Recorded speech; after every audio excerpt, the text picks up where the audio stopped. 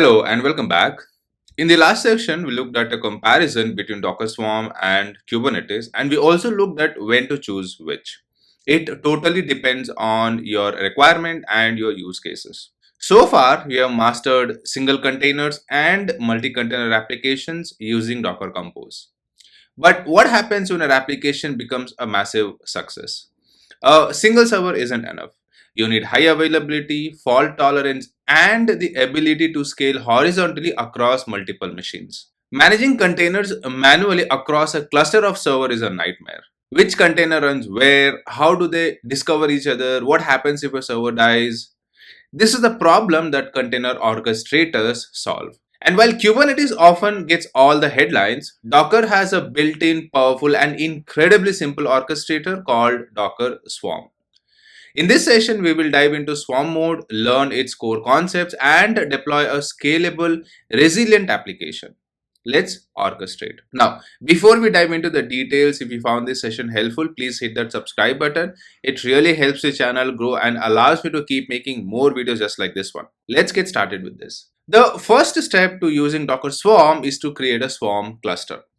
A cluster is a group of physical or virtual machines called nodes that are running Docker Swarm and joined into the Swarm. The amazing thing is you can create a full Swarm cluster on a single machine for learning and development. The command to initialize a Swarm is beautifully simple. We just use this command Docker Swarm init.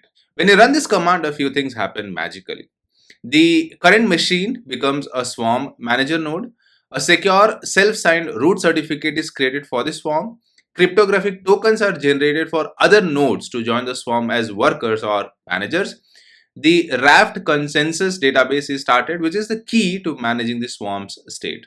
Let's run it now. So for our hands-on session, I have two machines. One machine is going to be my manager and the other machine is going to be my worker. So we are going to have a two machine cluster. So you can log into your manager machine, and this is where we will be running the Docker Swarm init command to initialize our Swarm. So this is my manager machine, and here we will just run this command Docker Swarm init, and you will see the output just like this. Swarm initialized, your current node is now a manager, and to add a worker to this Swarm you can run this command, and to add a manager to this Swarm you can run this command and then follow the instructions. That's it. We have created our Swarm cluster. This node is now the manager, and this is responsible for handling our application deployments and managing the cluster state. Now, if you're on Linux, this usually just works. If you're on Docker desktop or Mac or Windows, it also just works because it creates a single node Swarm on your local machine. It's the perfect way to get started. But in our case, we want to use one more machine, the worker machine, to be part of our cluster. So this is the machine. So we will log into this machine. So here, this is my worker machine. Now there are a few prerequisites. One, you need to install Docker on this for your Docker Swarm to work. And the second thing is, in your firewall, you will need to open up port number 2377. So here you can go to your security group, and you should be allowing this port 2377 for your Docker Swarm cluster to work, because this machine will be the worker machine will connect to your manager machine on this port. So you need to open up the port number. So let me copy this, and we will run this on the and done. So you can see this node joined a Swarm as a worker, and done.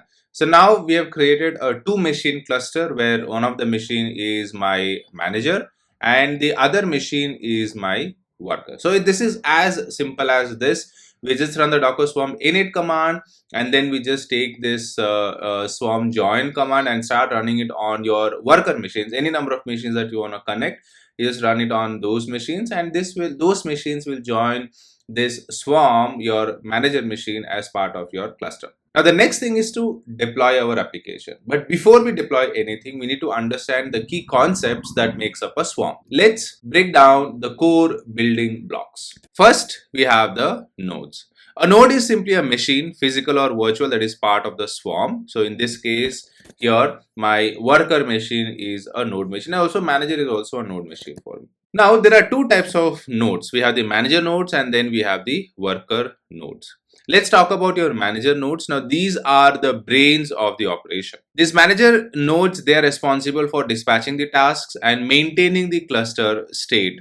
They serve the Swarm's API and perform the orchestration. For high availability, you should have an odd number of manager nodes like 3 or 5. In our case, we have only one manager machine, but the recommendation is to have more than one manager machines. And then we have the worker nodes. Now these are the muscles. They receive and execute tasks dispatched from the manager nodes. By default, your managers are also workers, meaning we can run our containers on the manager machines as well. But you can configure them to be manager only, even that is possible. Now let's talk about the application model. In Swarm, you don't run individual containers. You declare a desired state using services. So what is a service? Your service is the definition of the tasks that you want to execute on the worker nodes. This is an abstraction that describes what you want to run. For example, I want to run 3 replicas of the Nginx image on port 80. So when you create a service, the Swarm manager sees the desired state and then it works to make sure that happens. It does this by creating tasks. So what are tasks? Your task is the atomic unit of scheduling in Swarm. This is the slot where a container gets scheduled. A task effectively says start one container on this specific node. And if a task fails, the manager will kill the container and create a new task to fulfill the desired state. And this brings us to replicas. A replicated service means you want multiple identical copies of the same tasks running across your Swarm. So let's say, for example, if you specify -n replicas as 5, the Swarm manager will schedule 5 tasks, which is nothing but your containers across your worker nodes. And if a node goes down for any reason, the manager will reschedule those tasks on your healthy nodes. There's also a global service which runs one task on every node in this Swarm, which is perfect for monitoring agents or logging collectors. So to recap the workflow, you tell your manager you want a service with 3 replicas. The manager creates 3 tasks which gets scheduled as running containers on the worker nodes. This declarative model is the heart of all modern orchestration. Now we know about services. But a real application has multiple services. You may have a web server, an API, a database, and a cache service. We already know how to define this with a docker compose.yaml file. The great news is that Docker Swarm can use an enhanced version of the same file to deploy a complete application, which is called a stack. So your stack is simply a group of interrelated services that makes up an application. Deploying a stack is incredibly simple with the docker stack deploy command. So here this is a sample docker compose.yaml file which is adopted for your Swarm. So here you can notice the new key deploy. This is where we define the Swarm specific configuration. We are telling Swarm that hey, I want 3 replicas of the web service and 2 replicas of the API service. So here this is where we have defined the replicas. To deploy this entire stack with one command, we use this docker stack deploy command. Let's break this down. You can see this -c flag. Now this is used to specify the compose file that you want to use. And then you can see this stack name. This is the name we give to our stack. All services will be prefixed with this name like stack underscore name underscore web and then so on. Now when we run this command, docker swarm, the Swarm manager reads the file, creates the services and schedules the task across the available nodes. We can check the status of our stack with this docker stack ls command, which is used to list your stacks. You can use this docker stack services and your stack name, which will list the services in our stack. And then you have the docker stack ps and your stack name, which will list all the tasks, which is your containers in the stack, showing which node they are running on. This is the power of Swarm, defining your entire application's desired state in a file and deploying it with a single command. Now it's time for the fun part. Let's put all this theory into practice. We are going to deploy a resilient multi-service application on our Swarm. Our application is a simple web page hit counter using Redis to store the count.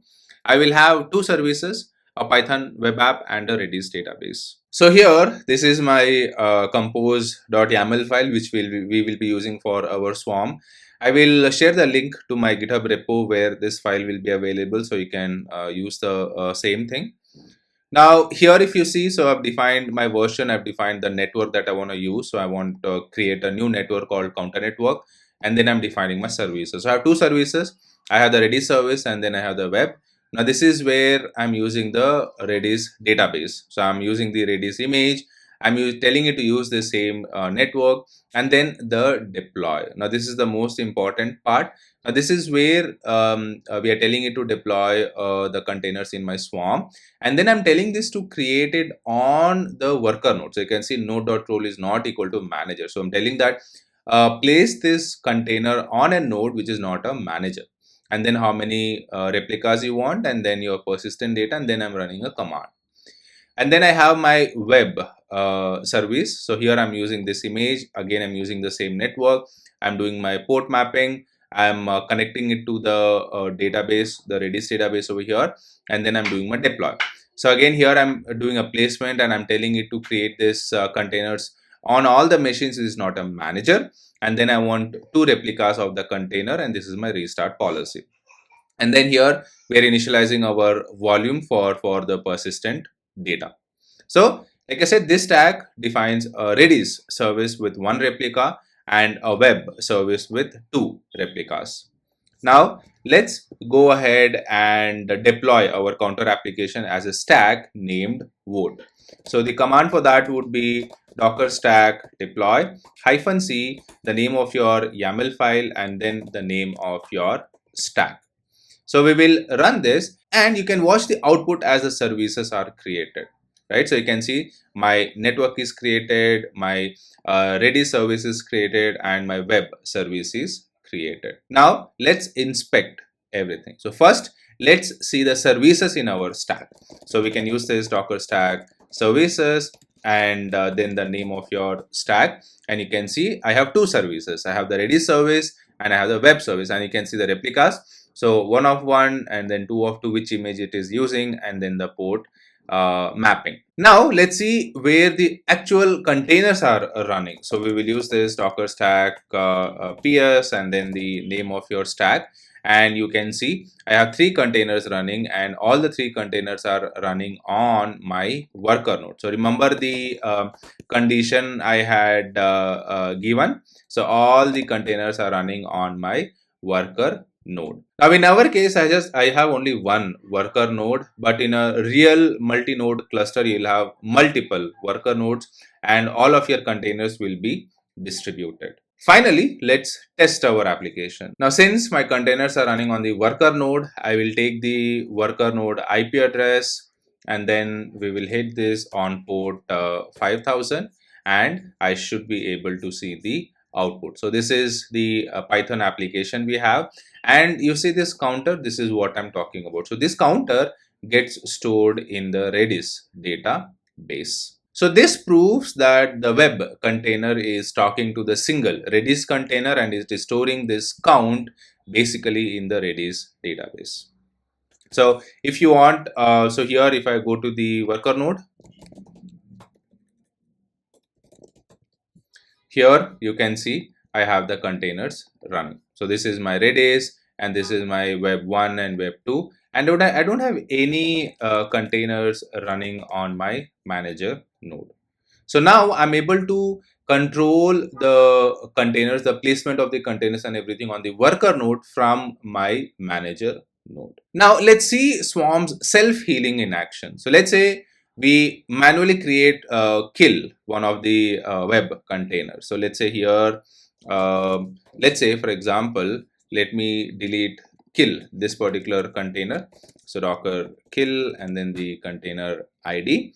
Now quickly we will run the, I'll go to the manager machine and we will run this docker stack ps vote again, and you can see this one. So this is the one that we did a shutdown, we did a kill, and immediately it has started a new container. So you can see the difference in the time. So this is, it says ready 9 seconds ago, and now this is running. So that's basically how your Docker Swarm does things for you. So even if I even if I kill the task, the container will shut down, and within seconds a new task will be created and it will be assigned to a node or to the same node, because we have only one node, with the status of run. The swarm automatically healed itself to maintain that replica number we have specified, which is 2. And this is the power of orchestration. And there you have it. You have just deployed your first orchestrated fault-tolerant application stack. You initialized a swarm, understood the key concepts of nodes, services, and tasks, and used a familiar compose file to define and deploy your entire application. You even witnessed the swarm's self-healing capabilities firsthand. While this is a small hands-on lab, the exact same principle applies to a 50-node cluster in the cloud. Docker Swarm provides a simple yet powerful path from running containers on your laptop to running production-grade applications at scale. In our next session, we will look at the maintenance and optimization of your containers. If you found this session helpful, please hit that like button, subscribe to the channel for more content, and let me know in the comments section if you have any queries. Thank you for watching, and I will see you in the next session.